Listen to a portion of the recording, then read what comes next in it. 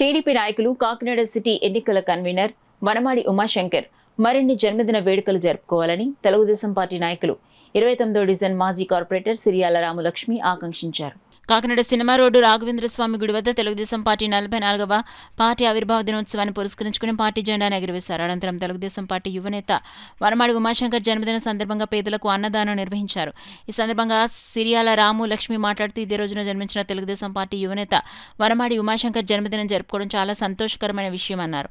భవిష్యత్తులో యువనేత ఉమాశంకర్ మరెన్నో పదవులు పొందాలని ఆకాంక్షించారు. త్వరలో ఉమాశంకర్ ట్రస్ట్ ద్వారా పేదలకు ఉచిత మెడికల్ క్యాంపులు నిర్వహిస్తామని అన్నారు. కార్యక్రమంలో హరీష్ జైన్, బ్యాంక్ కృష్ణ, దోసలపూడి రాజా, అబ్దుల్ ఖదీర్, జగత రామకృష్ణ, మరుపురెడ్డి చిరంజీవి, గొంతున బుజ్జి, చోడవరపు రంజిత్, గుర్రాల శ్రీను, రాఘవేంద్ర, బాంగిల్ సతీబాబు, చిక్కం చిన్ని, వనమారి ఉమాశంకర్ ఫాలోవర్స్ తదితరులు పాల్గొన్నారు.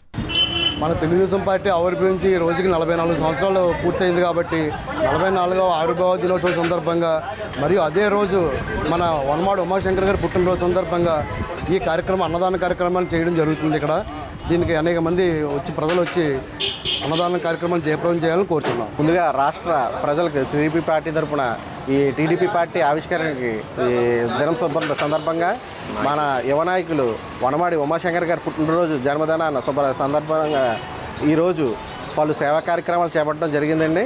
ఈరోజు దానిలో భాగంగా 29వ డివిజన్ శ్రీయాల రాము గారు, లక్ష్మి గారి ఆధ్వర్యంలో పేద ప్రజలకు అన్నదానం నిర్వహించడం జరిగిందండి. ఇవే కాకుండా పలు సేవా కార్యక్రమాలు ఇప్పుడు ఎల్లప్పుడూ మా ఉమాశంకర్ గారి ఆధ్వర్యంలో ఎప్పుడు చేస్తూ ఉంటామండి. ఈ సందర్భంగా జిల్లా నాయకులకు, కాకినాడ సిటీ ప్రజలకు, వార్డు డివిజన్ ప్రజలకు అందరికీ వనమాడి ఉమాశంకర్ గారికి ధన్యవాదాలు చెప్పుకుంటున్నామండి.